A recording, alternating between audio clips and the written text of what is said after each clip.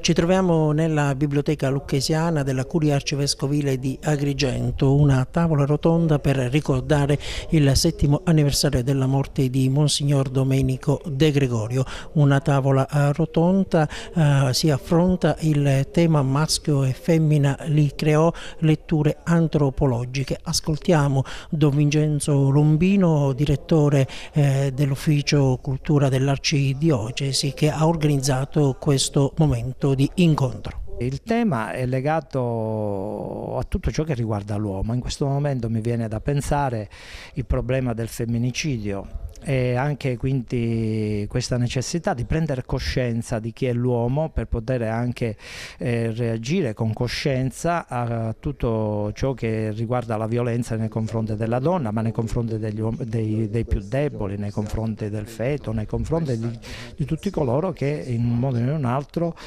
soffrono violenza e che appartengono al genere umano.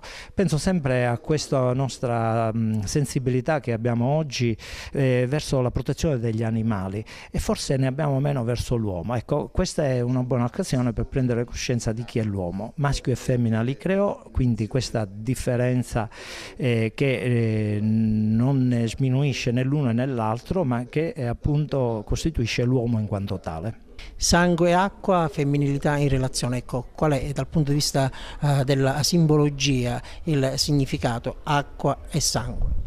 Nel tracciare una simbologia tra il maschile e il femminile che entrano in relazione, il sangue dice sempre violenza, sacrificio, quindi una mentalità che è prettamente maschile ci porta ad un modo di agire che usa la forza, il potere, la logica della legge. Invece la simbologia che porta l'acqua vuole indicare una forma di pensiero, una forma, uno stile di vita che è più il tratto femminile della rigenerazione, della vita, del dono di sé. Uomo e donna nella società contemporanea, ecco, due ruoli diversi, due ruoli separati.